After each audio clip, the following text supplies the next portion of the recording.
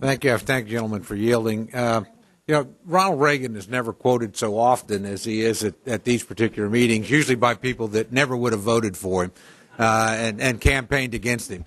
But to quote the Gipper, there they go again. This is the oldest play in the Democratic playbook.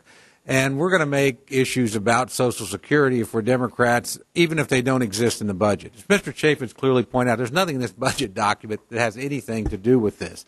And frankly, poor George Bush, and Mr. Chairman, you're about to be elevated to be like George Bush.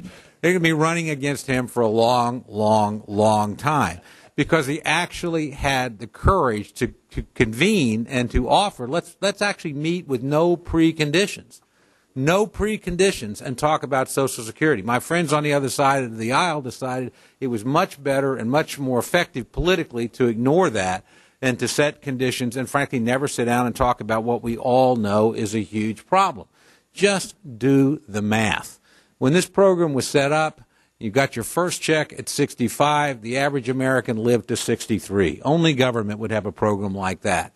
Those who actually got on it were there for about 5 years on average. Today, you get to 65, you have a 50% chance of getting to 85 and a 25% chance of getting to 92.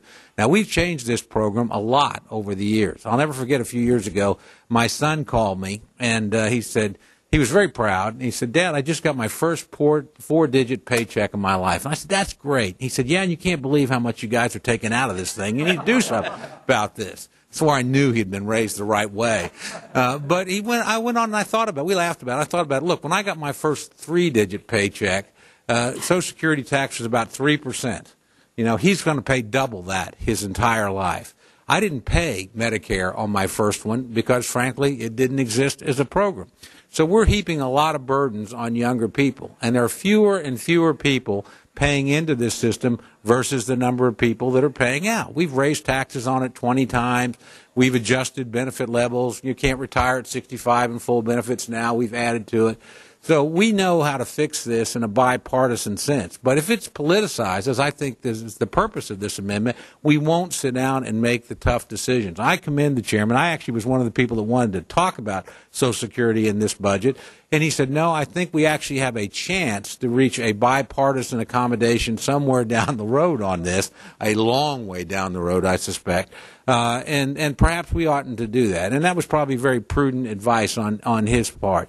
But let's not, turn this into a political football, particularly when it's not even in this document. I think it's an enormous mistake to do this. But I look forward to working with my friend Mr. Chaffetz because I do think this is a problem whose time has come to be solved. I think there can be some bipartisanship on it. I think this amendment will actually get in the way of that bipartisanship. So I urge its reduction. With that, I yield back. Yield back, Chair. They're holding the vote, so don't worry about the floor. Ms. Castro is recognized.